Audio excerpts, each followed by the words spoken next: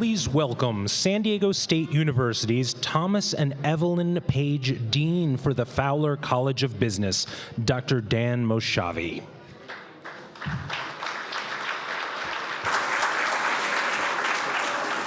Good afternoon, everyone, and thank you for joining us. Again, my name is Dan Moshavi, and I serve as the Thomas and Evelyn Page Dean of the Fowler College of Business here at San Diego State University. I would like to begin this afternoon's event by sharing the Kumeyaay land acknowledgement.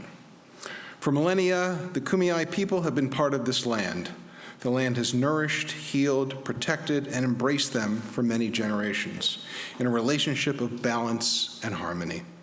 As members of the San Diego State community, we acknowledge this legacy. We promote this balance and harmony, and we find inspiration from this land, the land of the Kumeyaay. Welcome to the 80th anniversary celebration of the Charles W. Hostler Institute on World Affairs in conjunction with the President's Lecture Series. We are honored to host the Hostler Institute in the Fowler College, where we take a global mindset toward all of our programs. The Hostler Institute supports coursework and activities surrounding international diplomacy and global business, student study abroad, and international research. I'm delighted that so many of you have joined us today for this event as we offer it to our students, faculty, staff, and community partnership, and in community partnership with the Office of the President of San Diego State University. What to expect today? So the program format will look something like this. We'll hear from each of our panelists, followed by a Q&A session moderated by Charles W. Hostler Institute on World Affairs Director, Nancy Nicholson. The panelists will welcome questions from the audience at the end of their remarks. So it's my pleasure to welcome our distinguished panelists. First, Ambassador Ryan Crocker.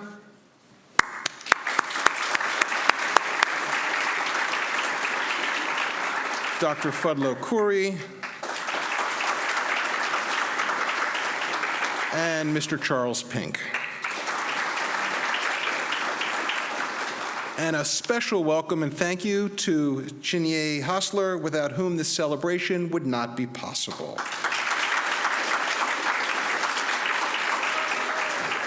It's now my honor to introduce and just say a few words about San Diego State President Adela de la Torre. Dr. de la Torre is an educator, economist, public health researcher, and higher education leader. In 2018, she became the first woman and first Latina to serve as the permanently appointed president at San Diego State University. This followed a distinguished career within the California State University system, the University of Arizona, and the University of California, Davis. President de la Torre set forth an ambitious 5-year strategic plan for SDSU called We Rise, We Defy, aimed at transforming the lives of students and engaging our communities. At the foundation of her vision is the growth and development of SDSU as a university, not only committed to teaching, research, and creativity, but also to expand and inclusive access to undergraduate and postgraduate degrees. She's leading the expansion of SDSU's Global Campus program and the architecture of innovation hubs at SDSU Mission Valley and SDSU Imperial Valley. Please join me in welcoming President de la Torre.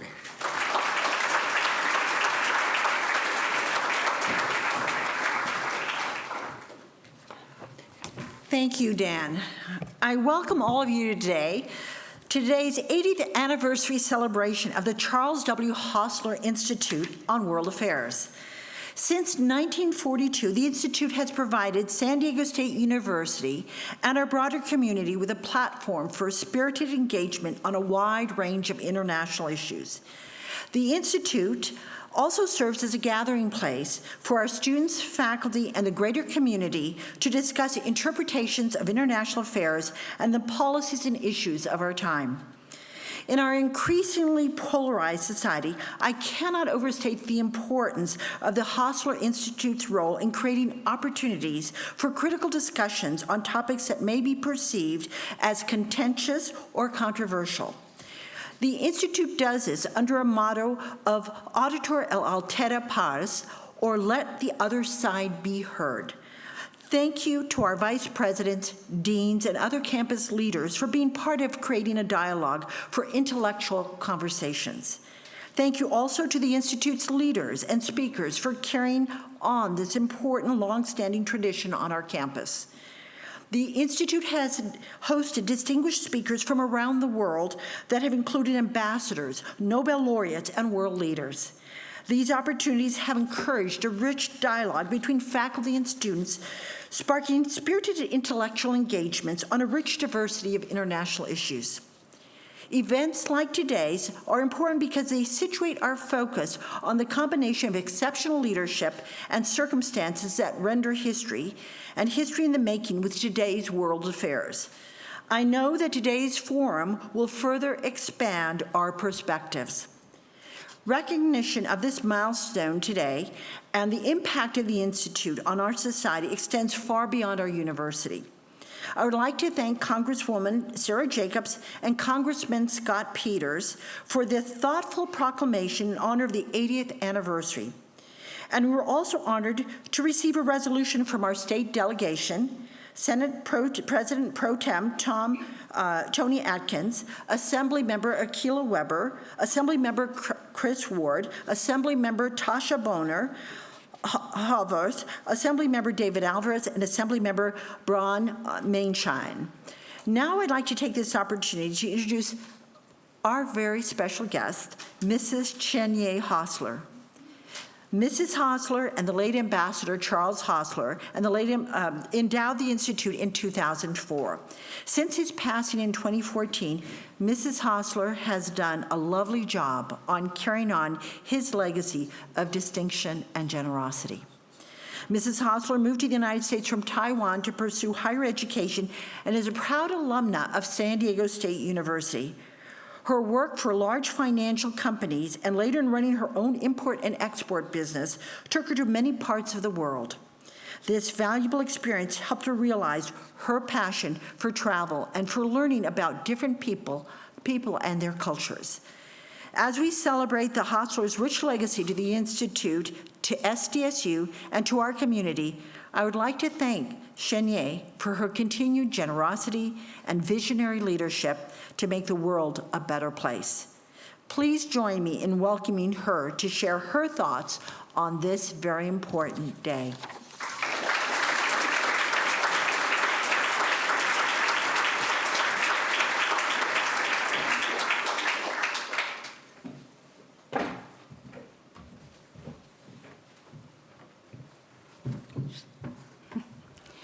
Good afternoon. I'm truly honored and delighted that within one day of my invitation, and these three distinguished gentlemen confirmed that they would be speaking here today. That says a great deal about their respect for Charles and for the man that Charles was. He passed away 8 years ago yesterday, but I have no doubt his spirit is here with us and is beaming with pride. Thank you all for being here.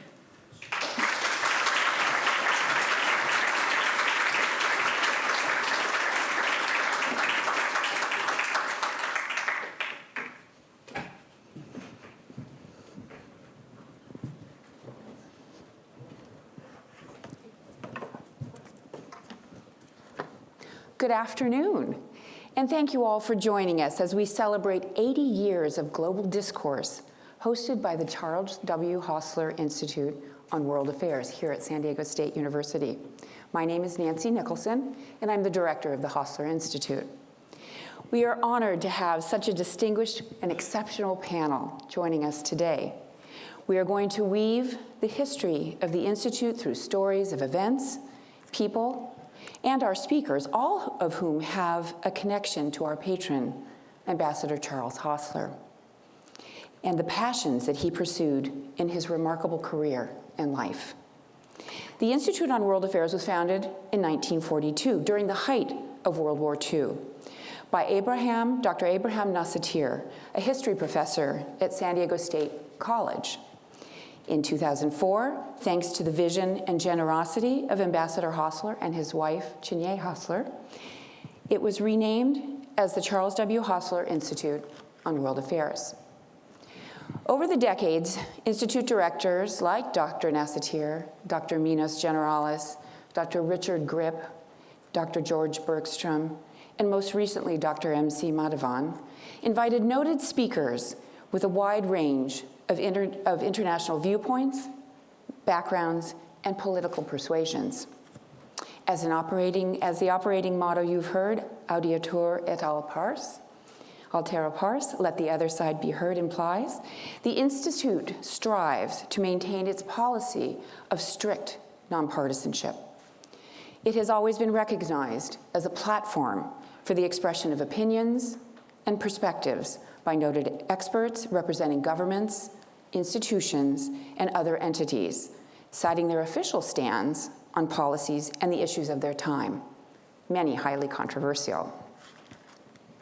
Former U.S. Ambassador to Bahrain, Charles W. Hostler, was the embodiment of what the Institute represents. His unique and storied career in international affairs, dating back to the 1940s, was combined with a passion for education, civic engagement, and global peace-building efforts. His legacy is rich, and we are honored that he and Chinye carry it forward through this institute. Let us take a short journey through 80 years of some important events in global history and the few examples that I'll give on how the Institute served as a platform for spirited intellectual conversations.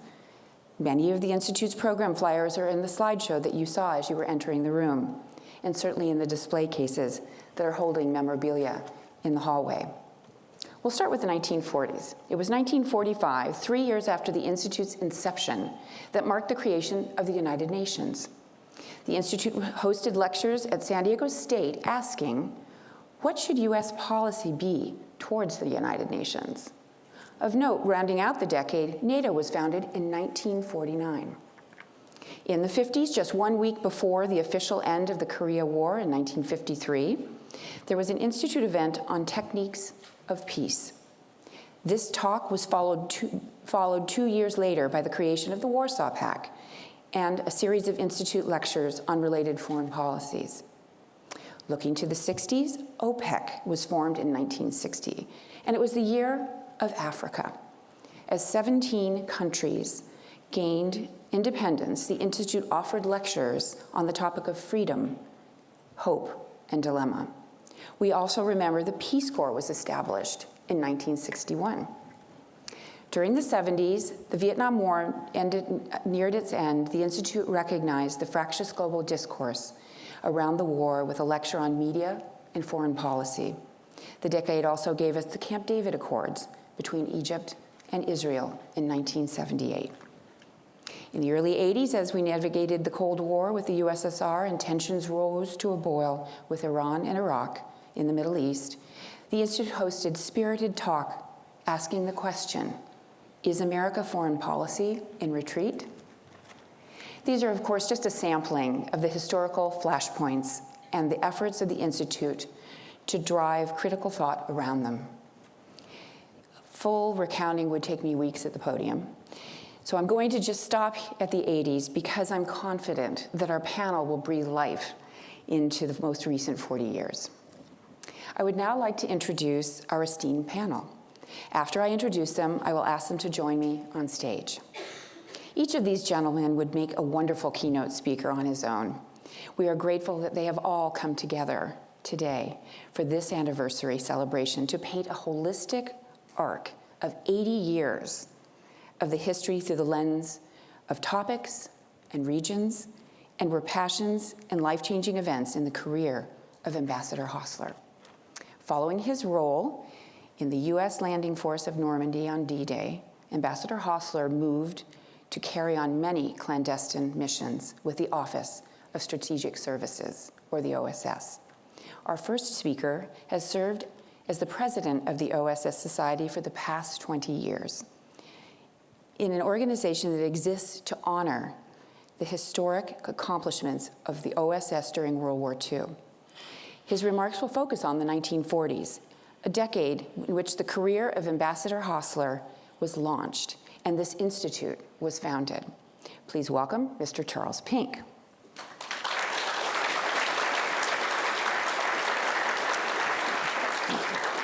Later in his life, Ambassador Hostler's career intersected with his deep expertise and passions for the Middle East, culminating in his ambassadorship in Bahrain.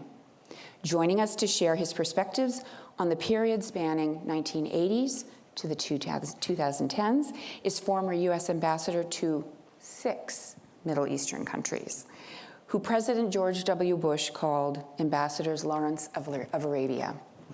He is also the recipient of a Presidential Medal of Freedom and his foreign service in the region directly overlapped with that of Ambassador Hostler. His resume of experiences and honors is longer than I can share here, for sure. Please join me in welcoming Ambassador Ryan Crocker.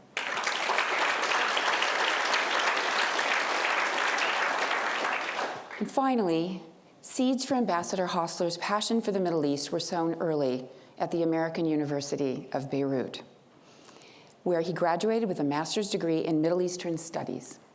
He would return to Lebanon regularly throughout his life and maintained a strong connection to the university. Along with the Hostler Institute at San Diego State, Ambassador Hostler has also endowed a 5-building student center at the American University of Beirut. Joining us today is world-renowned academician and research in the field of oncology, and specifically of molecular and translational oncology. But notably for today's panel, however, he was named 2015 as the 16th president of the American University of Beirut. He will share his perspectives on the region with a focus on the most recent decade. Please welcome Dr. Fadlo Khuri.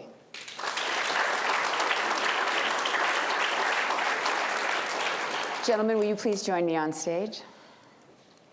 Let the other side be heard.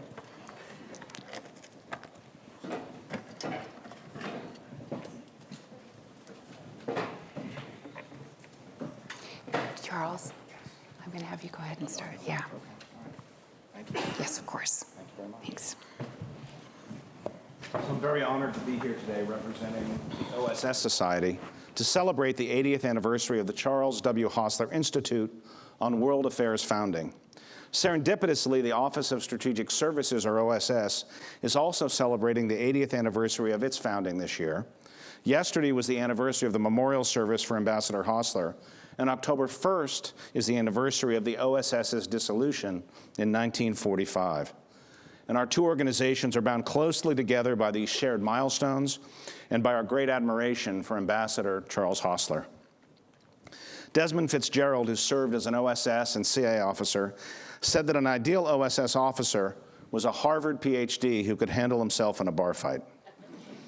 When I quoted him some years ago at the OSS Society's William J. Donovan Award Dinner in Washington, D.C., the preeminent annual gathering of the U.S. intelligence and special operations community, my mother was sitting in the front row, and she graduated from Radcliffe, which is now Harvard, in 1950. And I concluded by saying that the reason a Harvard PhD was an ideal OSS candidate was because they couldn't find one. And my mother glared at me in only a way a mother can.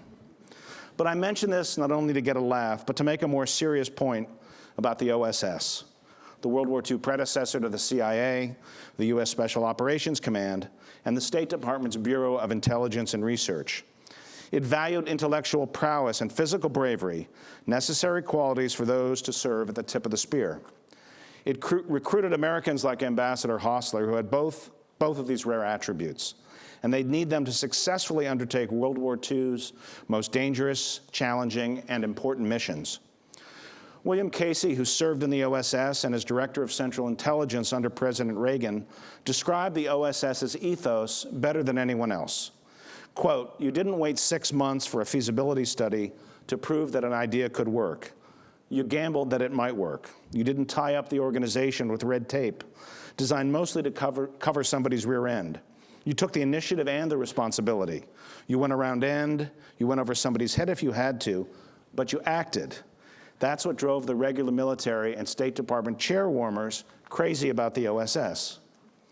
To understand the OSS and just how revolutionary an organization it was, you must first learn about its founder, the legendary General William Wild Bill Donovan, the founding father of the U.S. intelligence and special operations communities.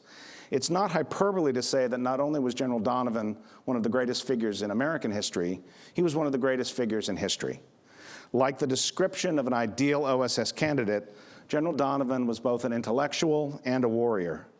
A graduate of Columbia Law School, he received the Medal of Honor in World War I. Father Francis Duffy, who served with General Donovan in the legendary Fighting 69th Infantry Regiment, said General Donovan was one of the few men he knew who actually enjoyed combat. And this would serve him well in Washington, D.C. when he founded the OSS. General Donovan said that he had greater enemies in Washington than Hitler had in Europe. He's the only person in American history who received our nation's 4 highest decorations. In addition to being the OSS's founder, he was also one of our nation's leading attorneys. He served as a personal emissary for President Roosevelt before World War II, and he was instrumental in securing American aid for Great Britain during the darkest hours of World War II, when the fate of the free world was hanging by a thread. While many Americans were pessimistic about Great Britain's ability to withstand the Nazi Germany's assault, most notably Ambassador Joseph Kennedy, who said Britain was doomed, General Donovan advised President Roosevelt that Britain could survive with our help. And he also served as an assistant United States attorney under President Hoover and as an assistant United States attorney for the Western District of New York. He was an assistant to the chief prosecutor at the Nuremberg war crimes trials following World War II. And during the Cold War, he served as U.S. ambassador to Thailand. President Roosevelt called General Donovan, and I love this description of him, his secret legs. And when General Eisenhower learned of his death in 1959, he described General Donovan as the last hero. He was a man of seemingly limitless imagination, intellectual curiosity, vision, and courage. CI Director Alan Dulles, who served under General Donovan's command in the OSS during World War II, described him as someone who traveled widely and understood people. He had a flair for the dangerous, tempered with judgment. In short, he had the qualities to be desired in an intelligence officer. The same can be said of Ambassador Charles Hostler. My favorite quote about General Donovan comes from one of his closest aides, Ambassador David Bruce, the only American who served as a United States ambassador to Great Britain, France, and Germany. Ambassador Bruce said that judged by any standard, General Donovan was a remarkable personality. If I could sum up my impression of him, I'd say that he was a universal man in the sense that nothing human was alien to him. Among his many admirable qualities, General Donovan's greatest skill was as a leader. An OSS captain said that after spending a half an hour with General Donovan, he left his office convinced that he could do the impossible. Fisher Howe, who served as his special assistant, said that if you describe leadership as having a vision for an organization and the ability to attract, motivate, and guide followers to fulfill that vision, you have Bill Donovan in spades. What do the following people have in common? The French chef Julia Child, the great film actor Sterling Hayden, who starred in The Godfather and Dr. Strangelove, Ralph Bunche, the first person of color to receive the Nobel Peace Prize, Virginia Hall, the only American civilian woman who received the Distinguished Service Cross in World War II, the great German actress Marlene Dietrich, Jack Kilby, who received the Nobel Prize in Physics for inventing the integrated circuit, and Pulitzer Prize-winning historian and President Kennedy's close aide, Arthur Schlesinger Jr. They all served in the OSS alongside Ambassador Hostler. An OSS veteran described OSS as the greatest collection of people in the history of the world. General Donovan called them his glorious amateurs, and he constantly told them they could not succeed without taking chances. The OSS story is America at its best. When Nazi Germany criticized America for its ethnic and racial diversity, General Donovan responded by saying that no country in the world had more citizens with knowledge of other countries. This is still true today. Our diversity is one of our greatest strengths. OSS recruited Americans from all walks of life. It boasted that it had every nationality on its payroll. When Japanese Americans were sent to internment camps, General Donovan protested personally to President Roosevelt, and the OSS recruited Japanese Americans from the camps. Peter Sichel was a Jewish refugee from Nazi Germany who joined OSS, and he told me a remarkable story. Never once did he hear anyone in the OSS say anything anti-Semitic. And when you consider how rampant anti-Semitism was in the 1940s, this is an astonishing statement. And I attribute it to General Donovan's moral leadership. In World War I, General Donovan was going to receive a medal from the French government. When he learned the French were not going to present the same medal to a Jewish sergeant who fought alongside him, he refused to accept it unless the sergeant received it too. 4,500 women served in the OSS, approximately 1/3 of its workforce. 900 of them served overseas. Its highest-ranking woman was Cora Dubois, the first woman who received tenure from Harvard University's Department of Anthropology. OSS recruited America's leading academics to serve in its research and analysis branch. General Donovan called them his professors. They referred to themselves, again, I love this, as the chairborne division. And believe it or not, they invented area studies. The OSS invented area studies. General Donovan attributed much of the OSS's success to what he described as good old-fashioned intellectual sweat. When the OSS was disbanded at the end of World War II, its research and analysis branch was transferred to the State Department, where it became its Bureau of Intelligence and Research, commonly referred to as INR. And General Donovan would be proud to know that INR was the only component of the U.S. intelligence community that accurately predicted Ukrainians could successfully resist their Russian invaders. Another important lesson to be drawn from OSS, especially today when our nation has never been more politically polarized, was its disdain for politics. General Donovan was not a politician. His only campaign for governor of New York was a disaster. Noel Fitch Riley wrote that political views were irrelevant to the director. He valued creative intelligence, a love of adventure, and a willingness to fight the enemy. And OSS deliberately drew its personnel from across the political spectrum. Although poles apart politically, General Donovan was very conservative and President Roosevelt was very liberal. They shared a belief about the threat posed to the United States by Nazi Germany. We should remember that many people in America were against our involvement in another European war, and some openly supported Nazi Germany. And I'd like to share with you another story that exemplifies their special relationship. General Donovan brought a silenced .22 caliber pistol developed by OSS to the White House to show it to President Roosevelt. When General Donovan entered the Oval Office with it and a sandbag, the president was on the phone. And General Donovan fired the weapon into a sandbag to show President Roosevelt just how quiet it was. When he got off the phone, President Roosevelt told General Donovan that he was the only Republican allowed in the Oval Office with a gun. Sounds like FDR, right? Here's something else that I learned very recently about the OSS that shows you just how ahead of his time General Donovan's thinking was. In Jamie Kirchick's new book, Secret City, The Hidden History of Gay Washington, he writes the following. While the OSS is chiefly remembered for being the predecessor to CIA, another attribute can be added to its legacy: the establishment of a culture of relative acceptance for gay people within the security state. The reason for this tolerance, albeit brief in duration and limited in scope, was pragmatic, as gays were seen to possess qualities beneficial for espionage. For the homosexual in mid-20th century America, deception and keeping secrets were a matter of basic survival.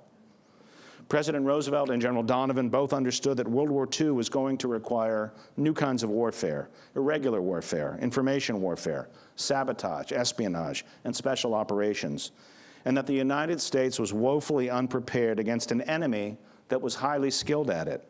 And that's why the OSS was created in June of 1942. Its most secret and arguably its most important branch was its counterintelligence branch. Our former chairman, Ambassador Hugh Montgomery, said that the work he did in the counterintelligence branch was so secret, even he didn't know what he was doing. And there's some truth to this, as it received intelligence from the most closely held secret of the war, Ultra, the British operation that decrypted German communications. Ambassador Hostler was assigned to the counterintelligence branch too. And his special counterintelligence unit went ashore on Utah Beach on D-Day, June 6, 1944, the greatest invasion in the history of the world. To commemorate the 75th anniversary of D-Day, the OSS Society produced an award-winning short documentary, Operation Overlord, OSS and the Battle for France. And I'd like to show you a short clip from our film. If you'd like to watch it in its entirety, you can visit the OSS Society's website or use the QR code that's being handed out at the desk. Charles Hostler's OSS counterintelligence unit landed on Utah Beach and quickly took control of a network of enemy agents and French civilians. They sent misinformation to the Germans that convinced Hitler that Normandy was just a feint. A bigger invasion would soon land elsewhere. Through the Allies' efforts, whole divisions of Germany's military might were delayed or diverted. The 2nd SS Das Reich Panzer Division was bottled up for 3 weeks by Free French forces and Jedburgh teams ammonia and quinine, allowing time for the armored divisions of General Patton's Third Army to strike headlong across France toward Germany.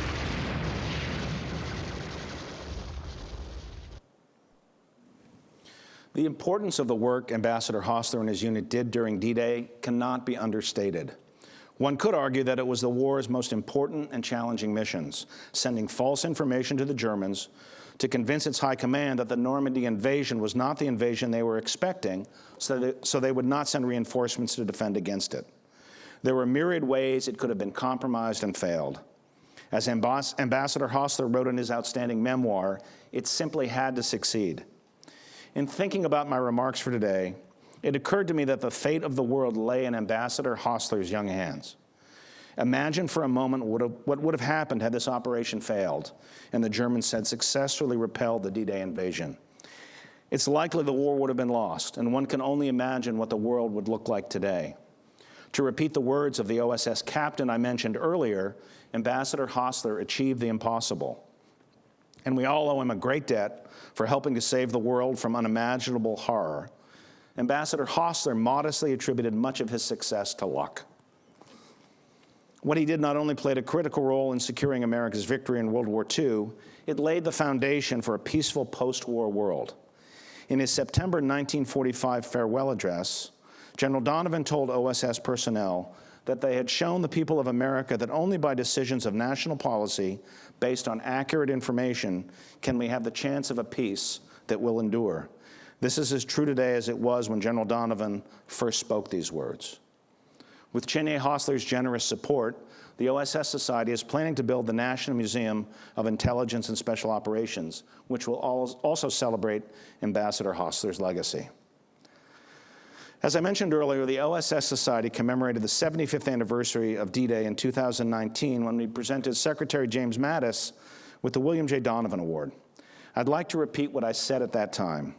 Secretary Mattis has underscored the critical importance of America's alliances to our national security. Tyrannical forces are testing the North Atlantic Alliance, an alliance that evolved from the crucible of D-Day that has kept the world at peace for 70 years. We must have the courage to fight tyranny we must have as much courage to fight tyranny as the American and Allied soldiers who stormed the beaches of Normandy. The events of the past few years have only reinforced my conviction. As the free world once again confronts unprovoked military aggression on the European continent, let us reaffirm our conviction to fight tyranny and defend freedom. Ambassador Hostler would expect nothing less from us. Thank you.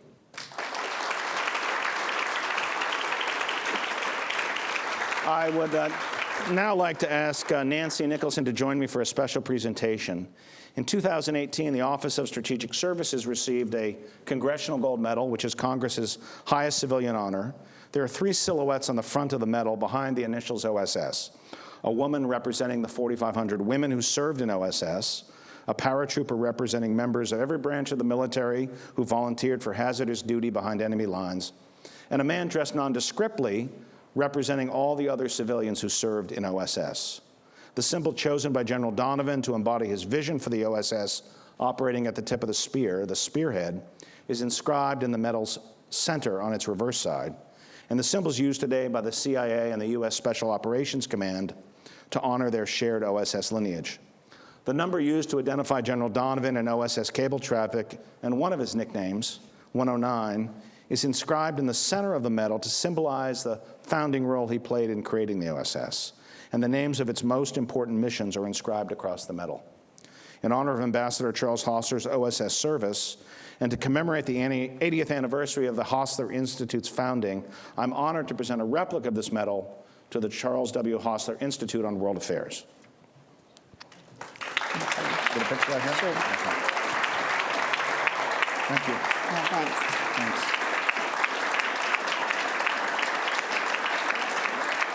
Thank you. I also have another gift for Nancy. We've made her an honorary member of the OSS Society. And we have the coolest ID card you'll ever get. It's a replica of General Donovan's OSS ID card with his picture, his number 109, and also your name and his signature on the back. Thank you. And if you'd like to get one of these beauties, all you have to do is visit our website and fill out a membership application form. Our recruitment process is a little bit easier these days. Thank you.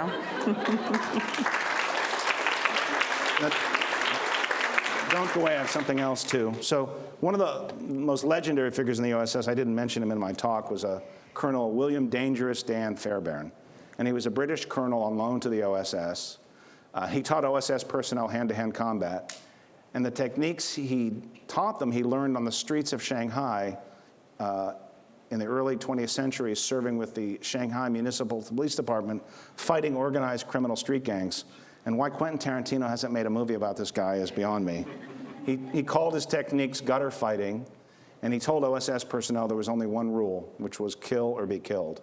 And he also designed the Fairbairn Sykes fighting knife that OSS commandos carried. I'm sure Ambassador Hostler had one with him when he went ashore on D-Day. So to honor Colonel Fairbairn, we have designed what I think is probably the greatest piece of OSS Society swag ever. I don't know if you can see this. It's a Fairbairn Sykes letter opener.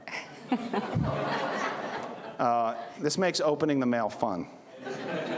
Even bills, and this may be the OSS Society's greatest accomplishment. And although it's designed as a letter opener, Nancy, it's quite sharp. Okay, thank you. You should have to stab someone with it. I don't know if you've heard the joke, why are academic battles so vicious? Because the stakes are so small. So I thought this might come in handy at your faculty meetings. Thank you.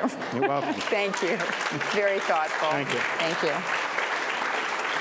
You want to introduce Ambassador Crocker? Oh, yes. Thank you. It's now my honor to introduce Ambassador Ryan Crocker.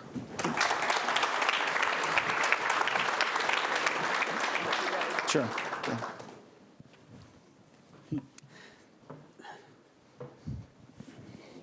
I came without weapons. I'm starting to regret that. It's a privilege to be here for any number of reasons, marking the 80th anniversary of the Hostler Institute, honoring in particular Charles Hostler and all he gave to our great country. And to do so at San Diego State University, which uniquely has a long history of attention to courses in study of international relations and global affairs.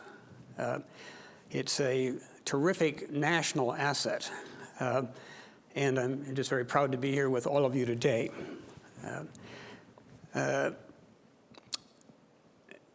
Charles and Jenier Hostler knew a good investment when they saw it. This institute was a very good investment, as was, of course, the American University of Beirut, which I'll return to later. Individuals make a difference. That is how life works. We are not plug and play completely down the line. We are not simply servants of technology.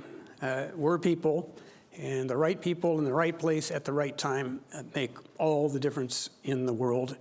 That is what Charles Hostler did through his entire career.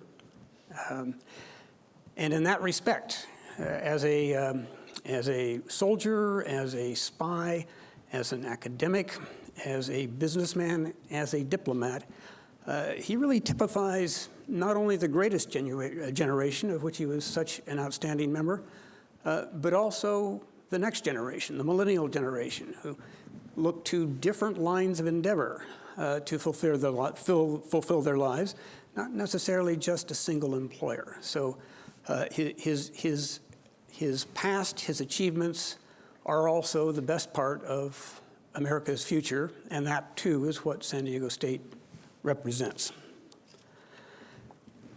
I'm going to give you a short lesson in history, very short, because you'll all fall asleep otherwise. But it's very relevant, I think, to why we are here.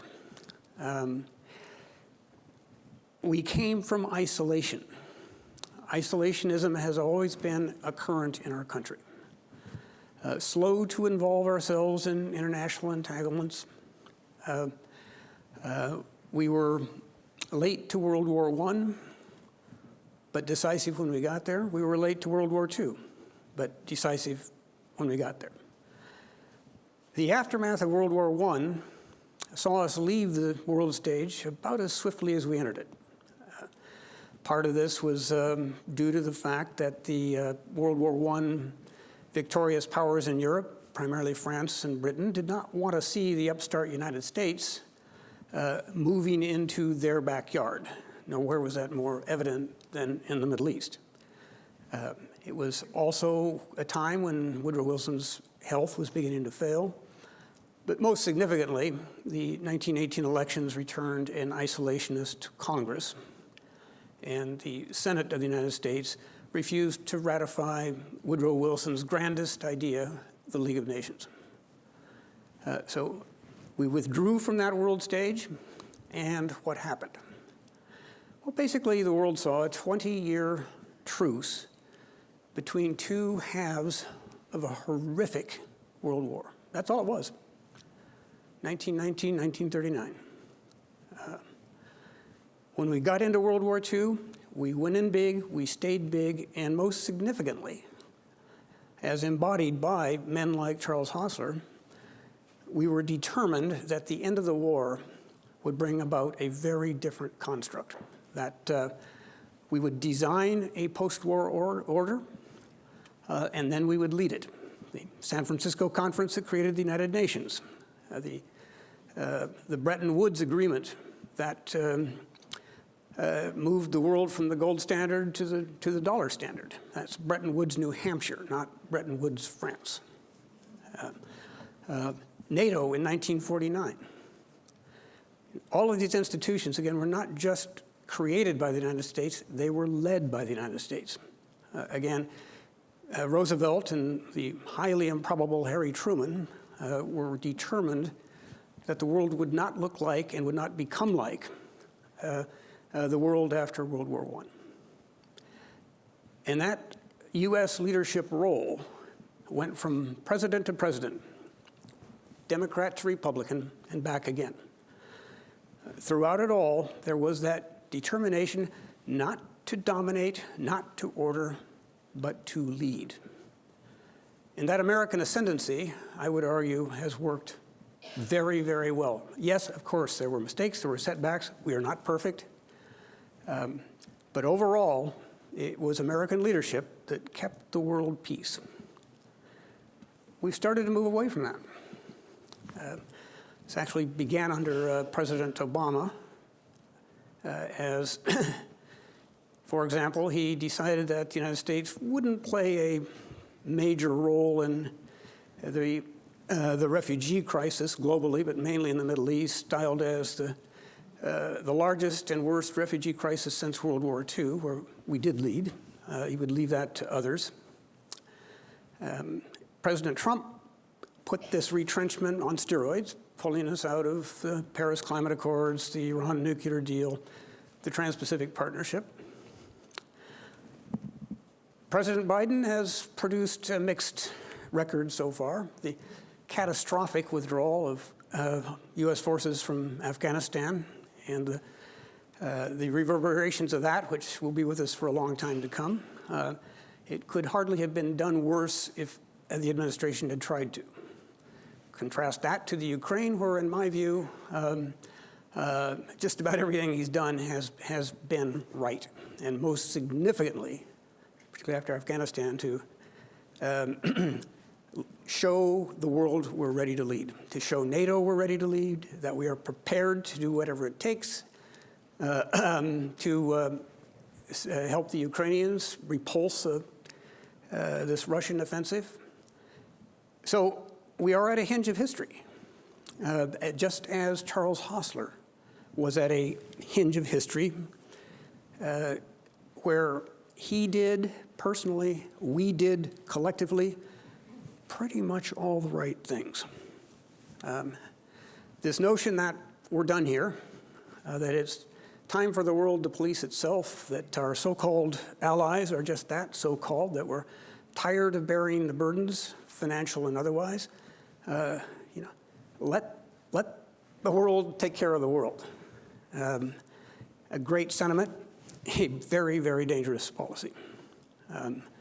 Because what do you get if America doesn't lead?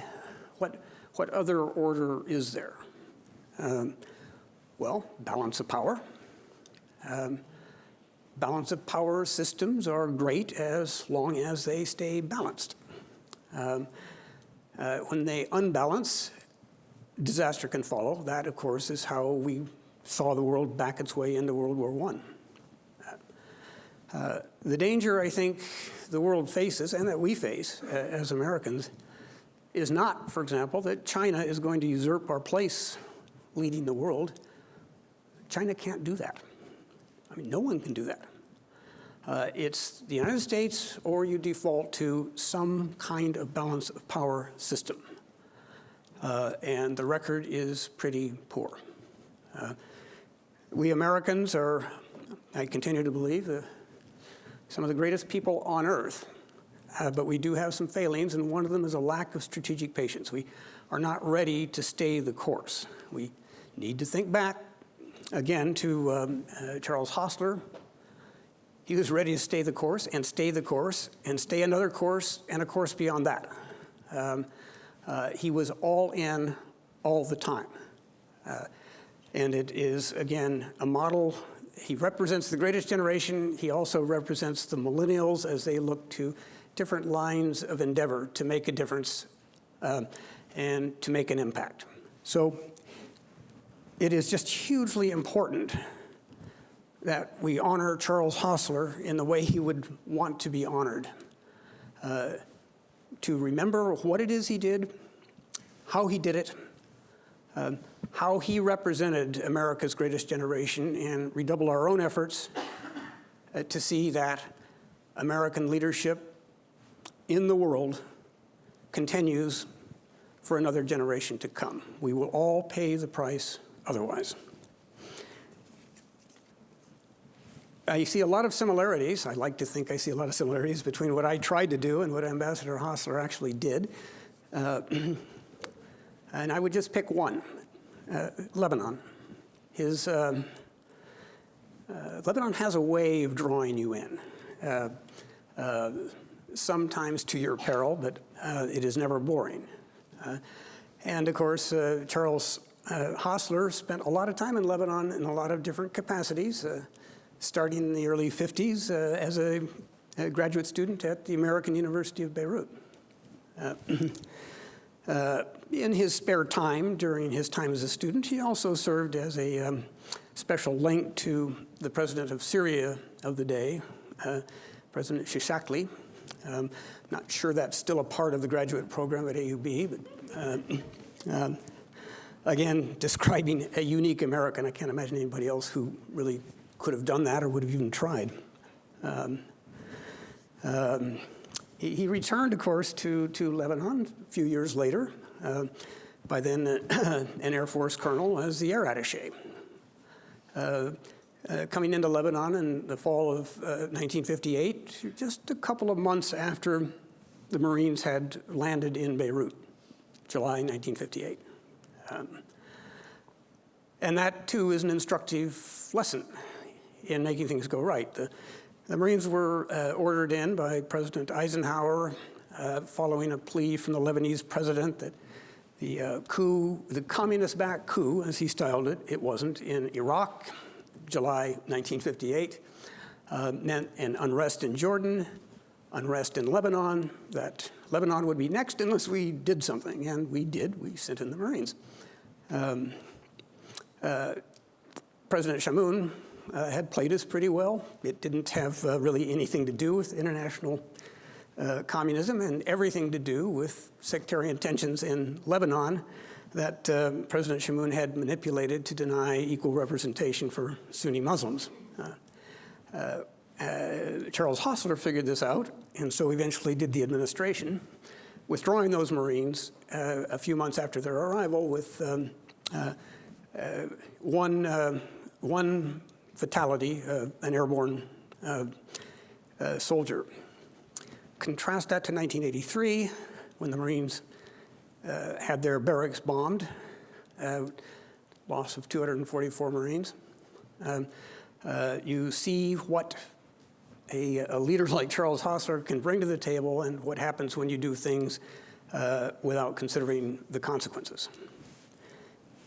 So within that set of Lebanese issues, of course, AUB.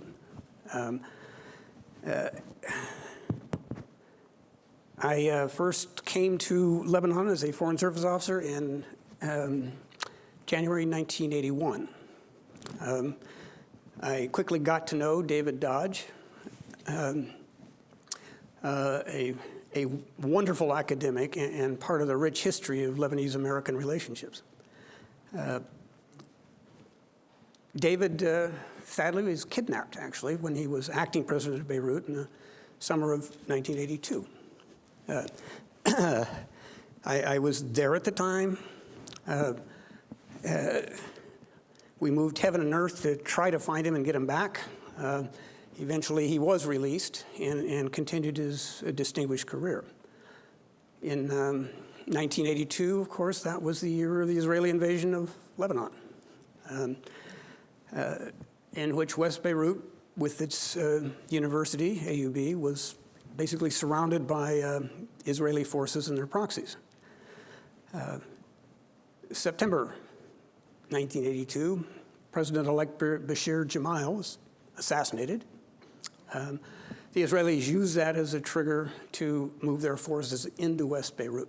I was the only American diplomat at the embassy at the time. Everyone else was up behind Israeli lines. So it fell to me to try and figure out how we didn't literally get caught in the crossfire. Malcolm Kerr had just arrived in Beirut as president of AUB, and he and I were on the radio kind of exchanging views.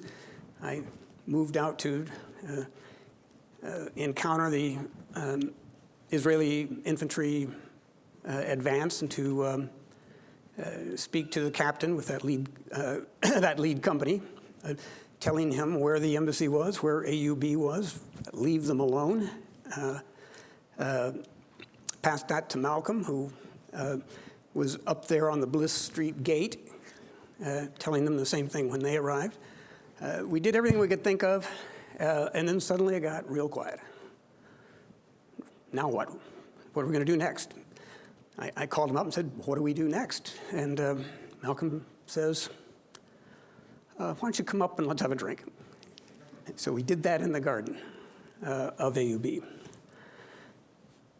I left Lebanon on that first tour in January of 1984 after 3 years, the day Malcolm Kerr was assassinated.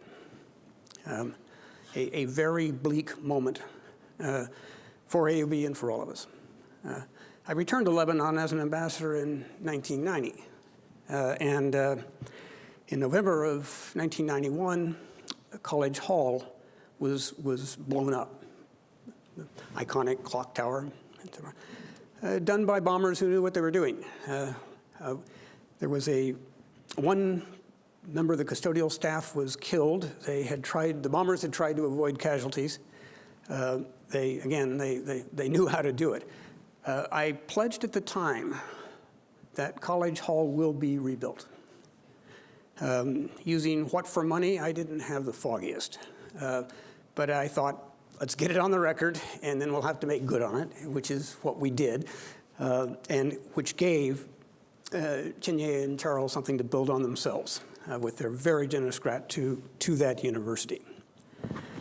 So, again, we remember Charles Hostler for what he did on the global level, on the regional level, what he did for our country. His legacy remains, as Chinye just said.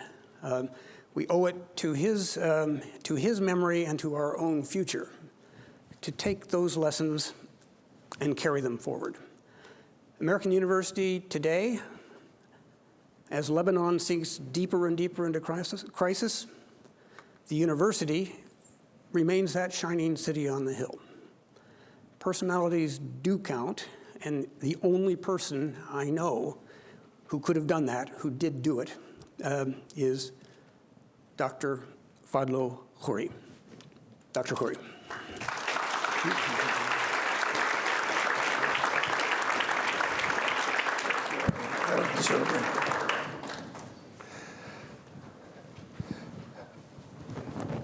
Thank you, Ambassador Crocker, Mr. Pinck. You know, I grew up, as we were discussing earlier, partially in the US, partially in Lebanon, and my first love as a sport was baseball, but I feel I'm batting third, but the bases have been cleared, so I'll be brief. Nancy, thank you for the generous introduction. It's really it's a pleasure and an honor to follow Mr. Pinck and Ambassador Crocker. They've covered so much of the waterfront, so I'm going to try to make some points about why universities should still matter. Before I do that, I want to express my sincere thanks to Dean Dan and to President De La Torre for hosting us.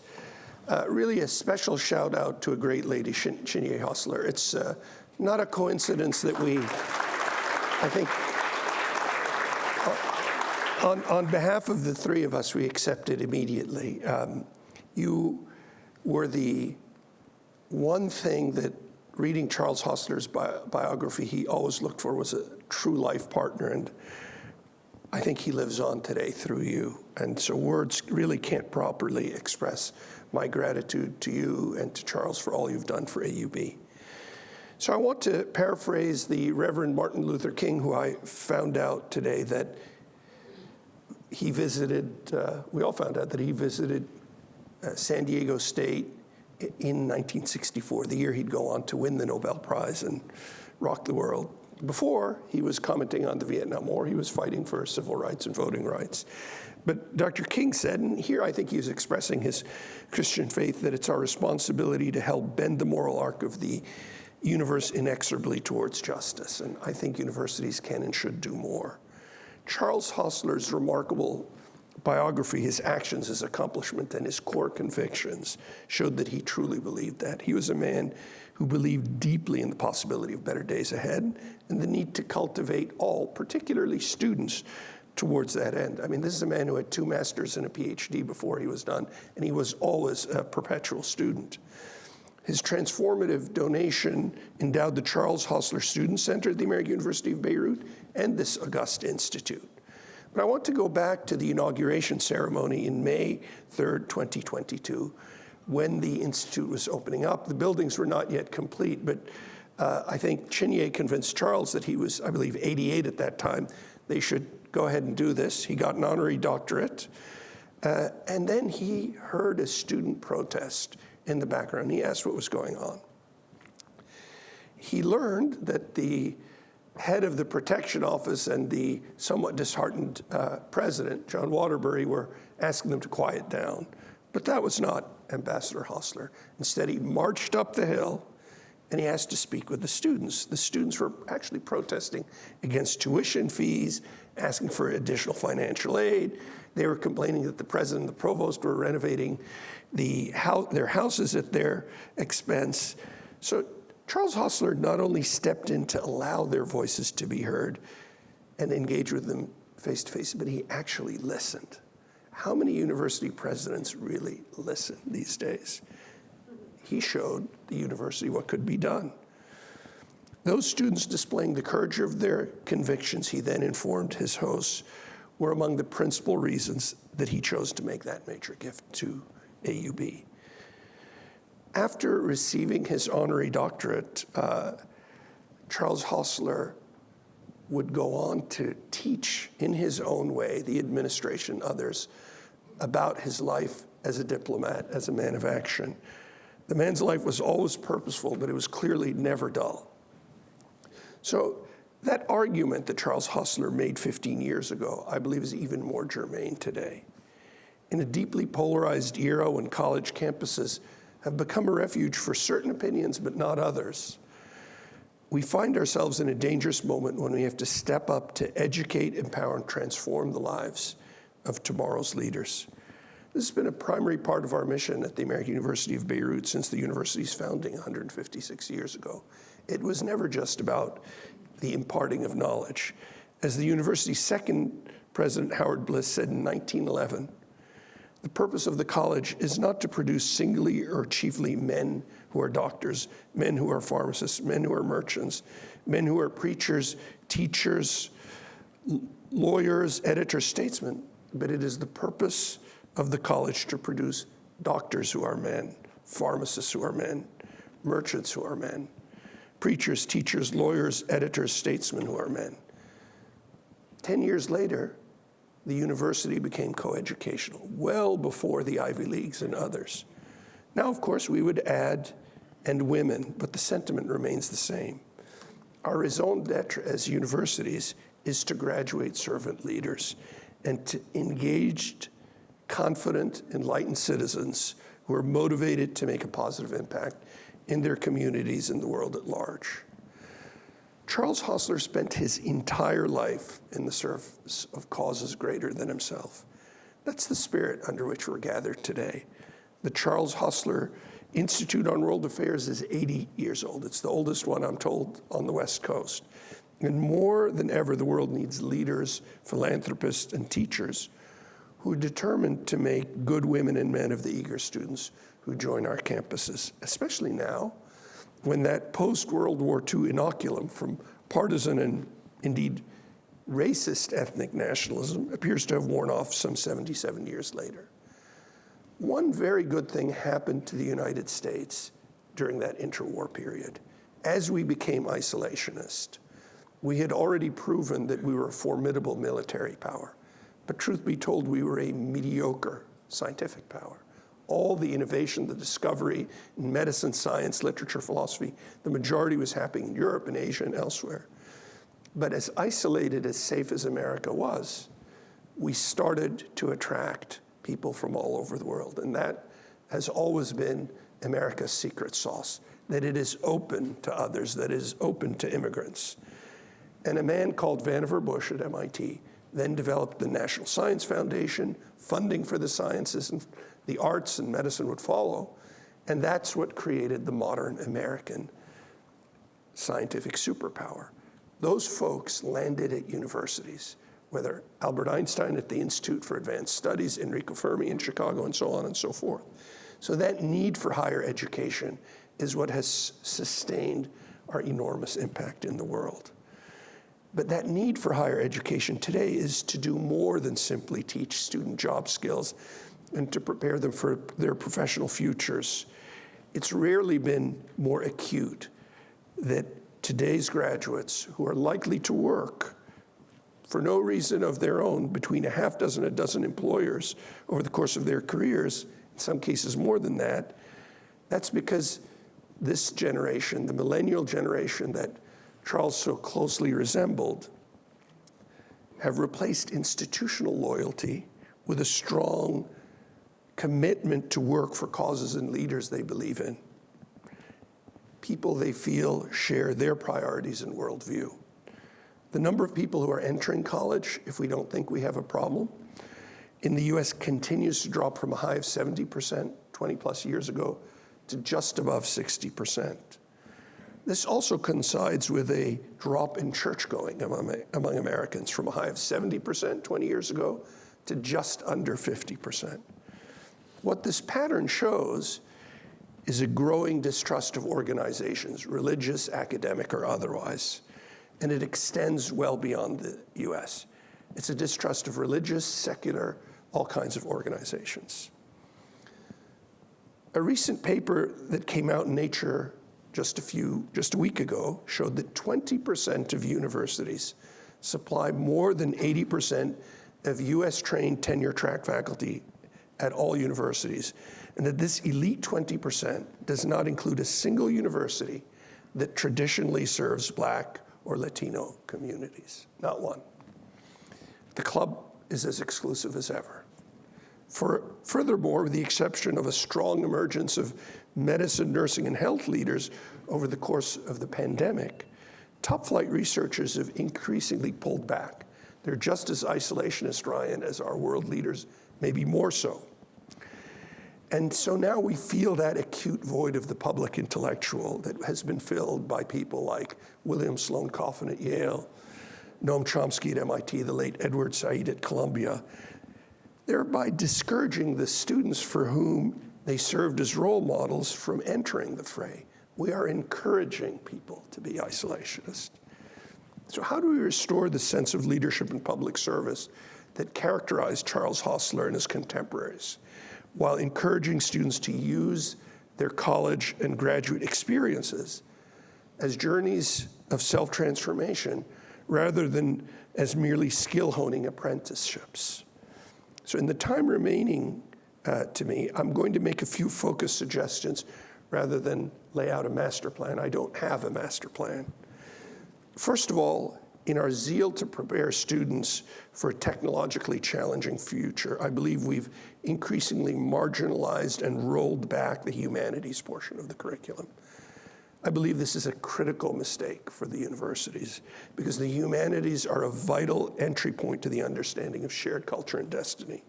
At a recent meeting for the MasterCard at 10 Foundation, I probably was the most vocal opponent of the rise of purely technically based universities in Africa. Africa has enormous reservoirs of culture, and I believe they have the moral obligation and the long-term interest to teach an Afrocentric humanities curriculum. At the American University of Beirut, we're trying to practice what we preach. We've made strides in countering this global trend, and we recently passed through our Board of Trustees a substantially expanded general studies curriculum that includes ethics courses, further studies of ancient civilizations, philosophy, foreign languages, and common cultures. The one thing I was defeated on, I wanted to restore the swimming requirement, so I lost that. I figured a campus on the Mediterranean needed that. But these campus-wide requirements help us establish our common ancestry and overcome fear of the other. We are all one people. Furthermore, experiential learning in the shape of internships, community service, civic engagement, and group projects are being credited as essential for the voyage of self-transformation. And we're putting these co-curriculars in as goals and requirements for university honors. They help teach life skills. They are not extracurricular, they are co-curriculars. Finally, students are strongly encouraged to participate in those co-curricular activities in the areas of culture, arts, athletics, and service. The option to spend a semester abroad to learn another culture, so important for growing our understanding and appreciation of other cultures, is not just offered and facilitated, but it's encouraged. This is ever more important for the great powers, especially in America, that to Charles Hostler's chagrin, he would have observed has become more and more isolationist for generations. As Ambassador Crocker pointed out to us today and pointed out to me 5 years ago, as a leading member of our International Advisory Council at the American University of Beirut, even American presidents have been consistently becoming more isolationist than their predecessors over the last 3 decades. This is a worrying trend with potentially dire consequences, as we've seen in the Ukrainian war. So I want to step back to that demonstration that Ambassador Hostler, the consummate patriot and man of action, understood and used as reaffirmation of the activist university culture that defines the American University of Beirut. Charles Hostler is a man who stood for hope. He's been described by many as a man who was an ambassador of hopefulness. He worked in so many ways for a better future of all, understanding deeply the importance of agency, that agency for young people being so fragile that it needed to be protected and encouraged, and of dialogue. The future is better for all when citizen leaders of tomorrow are engaged and empowered, and when current leaders allow dissenting voices to be heard.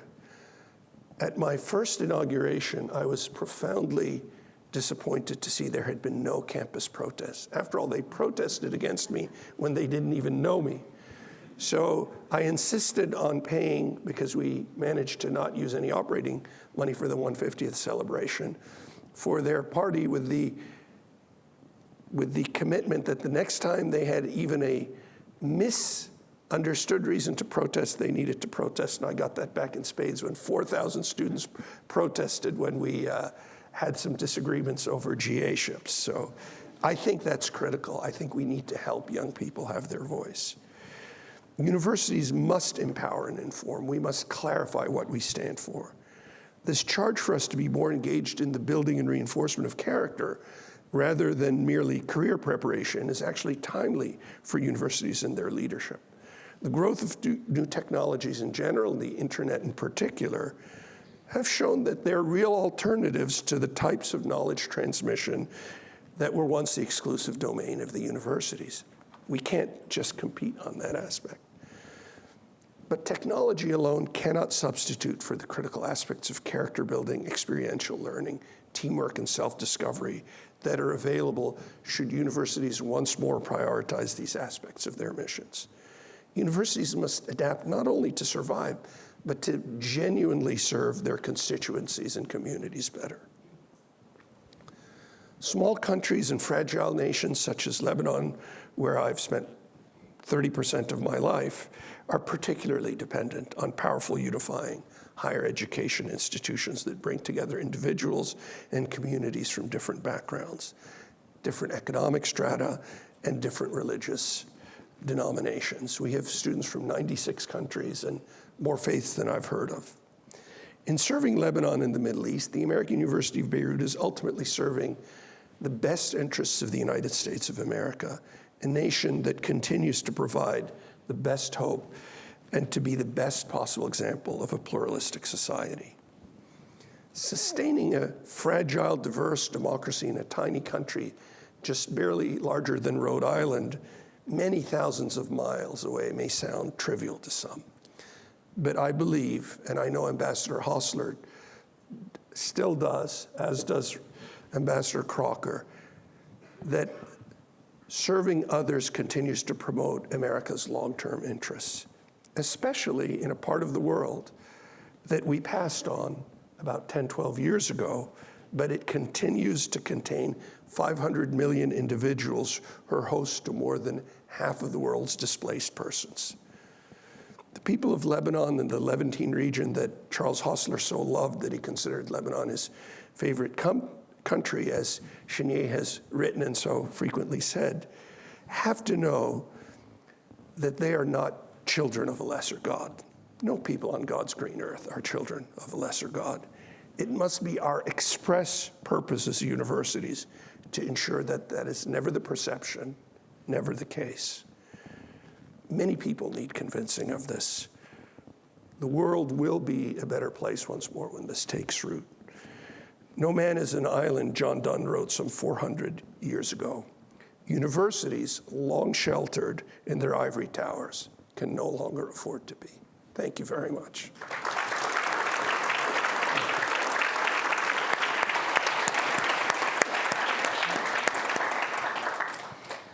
Well, this is a great opportunity now to have an open mic, as we have in the center of the room. I'll start with a couple of questions, but I'd invite those of you that would like to ask some questions of our panelists to please line up behind the mic, and we'll go ahead and call you to come ask your questions. So please feel free to line up. Thank you. So with that, and just having finished speaking about Lebanon, why does Lebanon matter? Lebanon's modern history shows what can happen even in a very small country when things go seriously awry. The Middle East is a complex place, and nowhere in the Middle East is more complex than Lebanon, something we sometimes learn at our peril. We saw, for example, in the 70s, when the Lebanese Civil War broke out, that an element within that civil war wasn't Lebanese at all. It was Palestinian.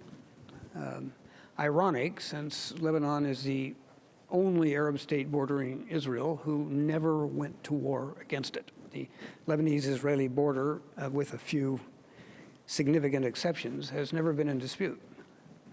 But after Black September 1970, when the PLO tried and failed to take over Jordan, and were forced out of Jordan, where did they go? Into Lebanon, because the Lebanese security forces were not able to keep them out.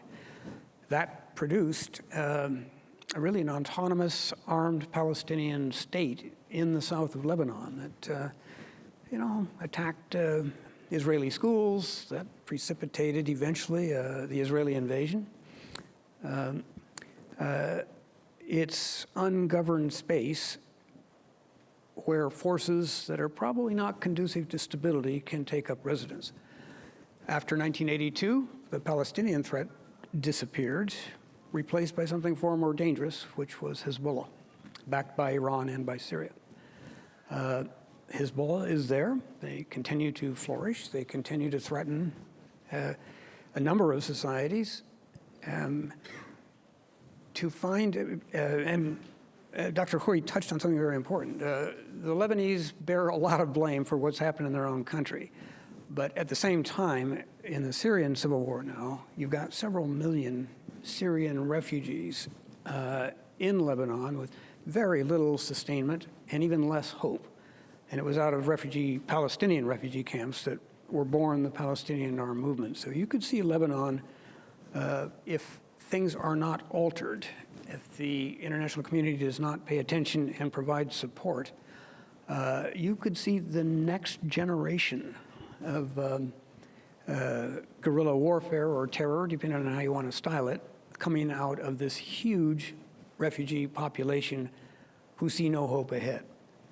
So Lebanon, citadel of learning and of culture, led by AUB as it has been, can also be the source and sustainment of deeply destabilizing actions in a volatile region. I'll amplify the other side of that coin, which is that, yes, Lebanon is potentially a powder keg if left to its own devices. But it's also a potentially very rich experiment that could be run affordably if we run the right experiment. As someone who used to run a large research group, you should run your experiments to answer one or two questions at the most. The question there is not whether we should have a military engagement. I think that's been ruled out.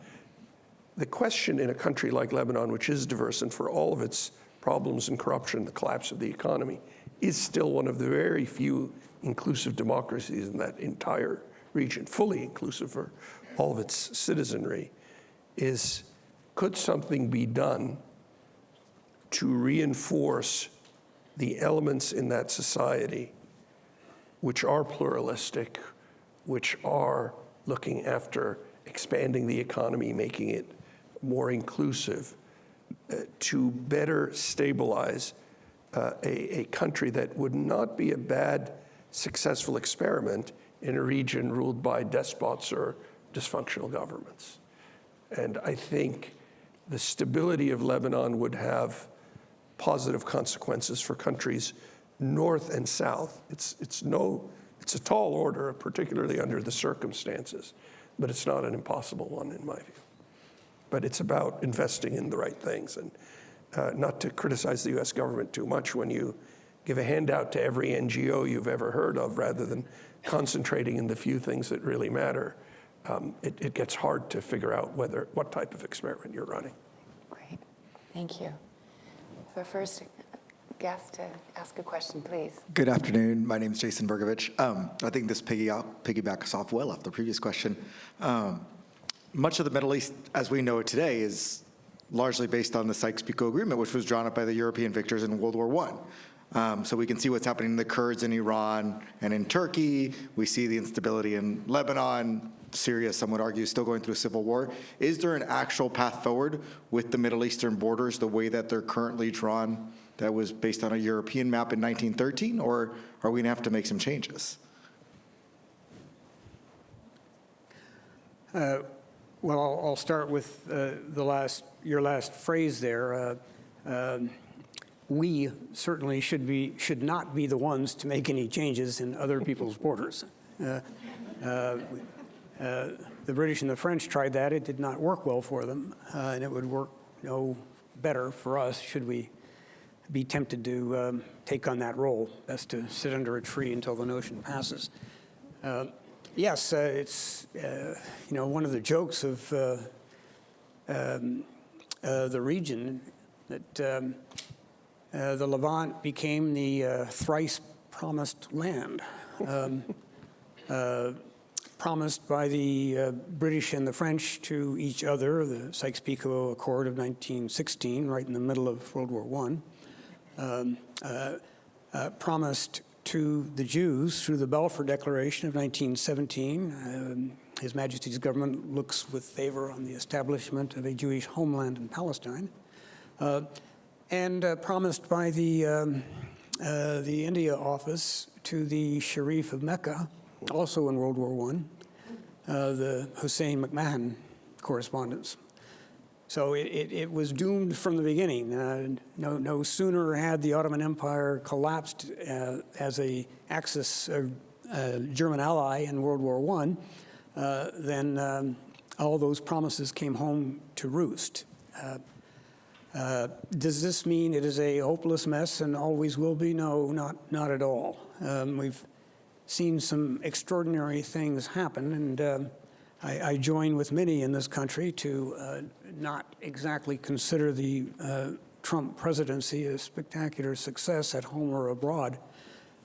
But he oversaw a process that I could not even have imagined, which was the conclusion of peace agreements between Israel and 3 Arab states, the United Arab Emirates, Morocco, and Bahrain. And I know that, Shinya, I know that how pleased Charles would have been if he had been able to witness, that peace between the country in which he represented us so ably. I had the occasion over the summer to fly from directly from Tel Aviv to Abu Dhabi on an Emirati private airline. The Emiratis have made clear they see this peace not as a cold strategic peace, which the Egyptian-Israeli peace has largely been, but a peace among people. So they were inviting Israelis from every walk of life, come visit, see what we look like, see who we are. And I was asked a question by a flight attendant that in my many decades of flying, I had never been asked before. She asked me what I would like to drink. I asked if she had red wine. She said, yes. Do you prefer regular or kosher? And again, an Arab Muslim on an Arab airliner, well, that kind of stuff is pretty unprecedented. And I just say that to say it is not a constant downward trajectory of bad to worst to worst. There is hope. Countries and peoples in the region do have visions for themselves and for their own families that can bring nations to a better place. But it will take American leadership. Great. Thank you. That's wonderful. Please. Hello. Question for Dr. Fadlo Khuri. You mentioned in your speech that young people must use their voice, and you mentioned millennials. I'm a millennial, but I'm a geriatric millennial, meaning I am in my late 30s. I've noticed that it's not so much my generation, millennials, that aren't using our voice. It is actually the younger kids, Generation C, those in their early 20s. And sadly, what I've noticed is that they don't have a voice. And what I mean by that is their inability to physically speak. These kids are the ones that work at shops here all over San Diego, the stores, the coffee shops, and all that. They are whispering, and when you go up to they don't say next. It's like you are going to order, it's your turn to order, or you are somehow supposed to read the room or their body language or their minds and assume that you are indeed next. So my question to you is, how do we approach that? Because there's no voice projection. So, first of all, I have to say that when people ask me, and they sometimes seem astonished when I answer in the affirmative, whether I'm enjoying the work that I do, I say, this is the most fun I've ever had professionally. And it's precisely because of the young people you're talking about. You're right, there's a challenge with voice projection. There's a challenge with the sheer amount of data that they're getting with distraction. In the years during the early part of the Civil War, I basically did not count on electricity. It was at night. You could read for a while with the candle light, or if you're lucky, a kerosene lamp. But I was not bombarded with information. I could select that information. My sense is one of the reasons you're seeing the absence of voice is because there's an absence of privacy, okay? I mean, what the information age has given us is an intrusion into things that were highly private and personal for the younger generation, and they have no chance to road test anymore in private. Everything is on, well, I guess Facebook is old now, Instagram, and I'm not criticizing these venues. I'm just saying they're very difficult for this individual at the end of my 6th decade to navigate with some experience. So I think we need to give them some space.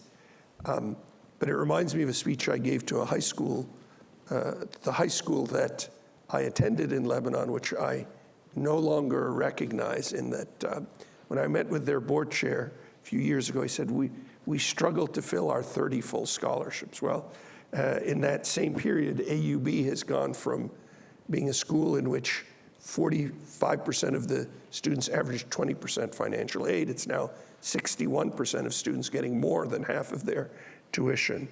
I think what I told them is you have to really listen hard to hear the quietest voices in the room. And the folks who don't have voice projection, maybe they're asking us to listen in a more subtle way than we're used to.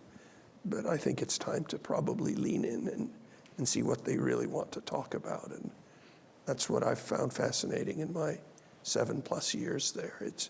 We have to encourage them and we have to listen. And briefly, I have a young man who is Syrian, who came to meet with me his first semester, very shy.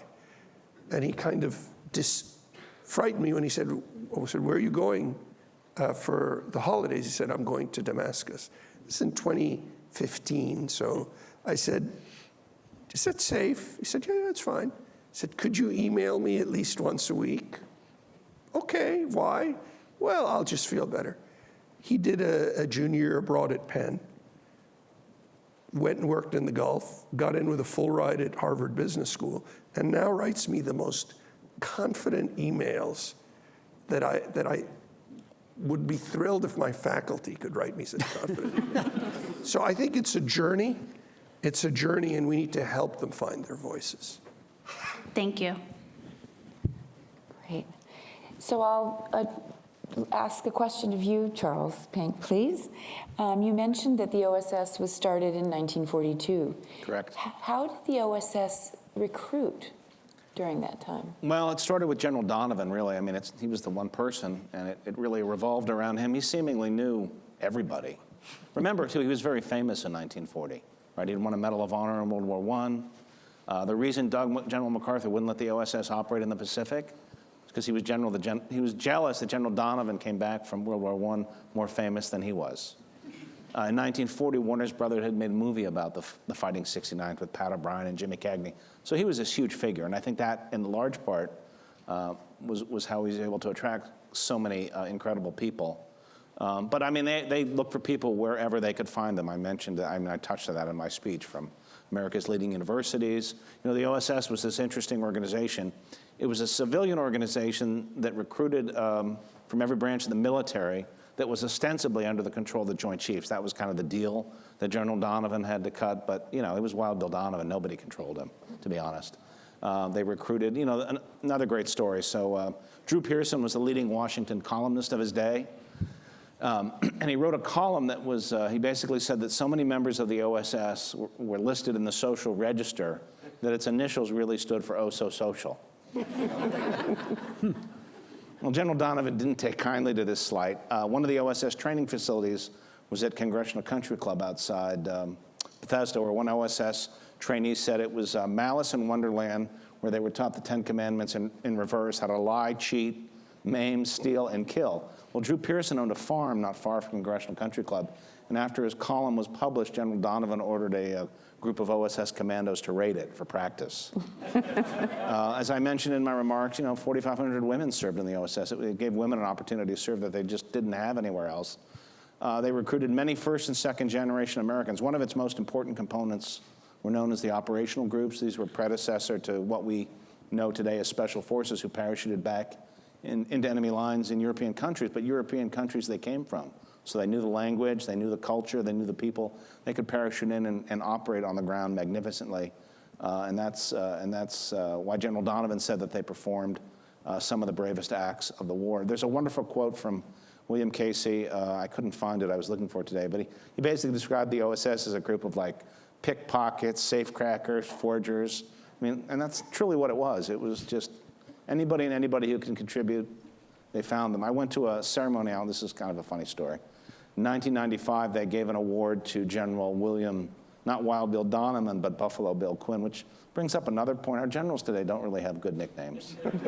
Mad Dog Mattis. Mad Dog, okay, Mad Dog is yeah. good. But back then you had Wild Bill, you had Old Blood and Guts, Vinegar Joe. I don't know, I miss that. Miss our generals with good nicknames. Anyhow, so Buffalo Bill Quinn heads up the Strategic Services Unit. At the end of World War II, the OSS is disbanded.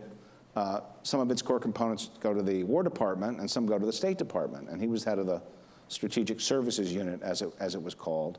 And he said that 2 Treasury agents came to visit him to warn him that he had 2 of the world's greatest forgers working for him, because General Donovan got them out of prison to work for the OSS during World War II. So they literally looked for people wherever they could find them, and they found them. It's an amazing group of people. I quoted that OSS veteran who called the OSS the greatest collection of people in the history of the world, and that's not hyperbole. It really was. Thank you. Yeah, thank you. We'll take this as the last question, please. Thank you. It's interesting that all 3 of you touch on the whole concept of diversity and the benefit of that, making the U.S. one of the greatest country in the world. Being a refugee myself to the U.S. and having, in my mind, 3 cultures. I'm Vietnamese, Chinese, and American. Why is it so difficult for us to embrace the whole concept of diversity? Do you have some insight to that? From my perspective, I think we need to embrace it holistically and not just as a way to check the boxes. I like very much the DEI initiatives, but we had 3 of our 27 senior leaders, all the folks who interface with the president, from deans to directors to vice presidents, social vice presidents. 3 were women when I arrived. Of course, we had to downsize the administration. 10 are women now. Was it intentional? Yes, but was it a question of saying, gee, I need a woman here, or I need a Druze, a Maronite, a Sunni, a Shia? No, I think there's a lot of talent, and once you help people to quit allowing themselves to use stereotypes, to think that they know what the other person is thinking, you recognize the great professional advantage and the wealth of having a diverse community. I think one of the greatest things about the American University of Beirut, one of the most intriguing things about Lebanon, is their natural diversity. And frankly, that is the American dream. President Reagan's last and arguably one of his most sincere speeches was frankly an ode to the diverse, an ode to the immigrant in this country. Something I'm quite certain President Trump never heard of, never read, but then I'm not sure he reads very much that's not on TV.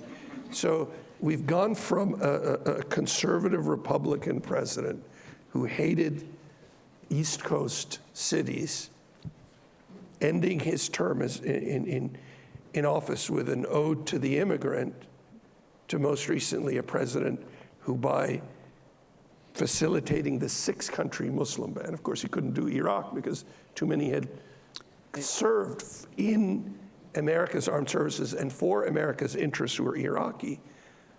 And the impact of that on academia was immense, a drop in applications from China, from India, from Vietnam, from Taiwan, from non-Muslim majority countries. Because once you turn off the spigot a little bit of immigrants, you have no real control over that tap. I think that the short-term returns on that Trump experiment, catastrophic as they were for higher education, it may interest you to know that 12% of PhDs in theoretical physics in this country were from Iran. Stellar physics programs set up by MIT about 100 years ago and others. So we need diversity. That's this country's leading edge. It's its penetrating point. And it's frightening when presidents and secretaries of state seem to miss that basic lesson. Well, and I would argue, too, that I think, I know we like to think of our country as always welcoming immigrants, but that's not really the case. I think we've always had an ambivalent relationship about immigration, and that point was driven home to me recently when I watched Ken Burns' new documentary, U.S. on the Holocaust, on PBS. He addresses this very issue, so I would recommend people watch that. We welcome them in when we need them, and then when we think we don't, we kind of close the door, So, yeah. My forebears arrived in New York City when shop windows had signs up that said, help wanted, no Irish need apply. They changed their name and did their best to pass as English, got themselves situated with jobs and place to live, just in time to discriminate against the Italians, who were the next wave of immigrants. Right. I mean, we are a frustrating country full of contradictions. Most of us, vast majority of us, are the descendants of people who came to this country from somewhere else, some involuntarily, most voluntary, and yet we have that strong streak of discriminating against the next immigrant group. We just have to keep chipping away at it to acknowledge our failings and doing what makes sense to correct them. Thank you. So I know that there are still a few more of you that would like to ask questions, and if it's okay for you to join our reception and speak privately with our guests, that would be wonderful. To get an opportunity to do that, that would be great. Thank you. Yes. So I'd like to thank everyone for coming today, and certainly for our wonderful panel. Thank you, Ambassador Crocker, Dr. Khuri, and Mr. Pinck. You guys were just a wonderful group and a delight to work with. As we celebrate the legacy of the Charles Hostler Institute on World Affairs, and we're so glad that our speakers had done an amazing job with weaving their experiences and perspectives with the Institute's 80-year history and Ambassador Hostler's life and career. Thank you all. And a great thank you to my colleagues across the campus without whom I would not have had this, the opportunity to have an event like this happen. So thank you very much. And a special thank you to you, Chinye. We're so grateful to you for all you've done and your continuation to honor the legacy and mission of Ambassador Hostler. Thank you all. I'd like to invite you to join us out for the reception, and thank you for coming today. That was a great line about not bringing any weapons. Yeah. Oh, I really appreciate it. Really appreciate it. That was funny. I hope I didn't go over. I changed it around.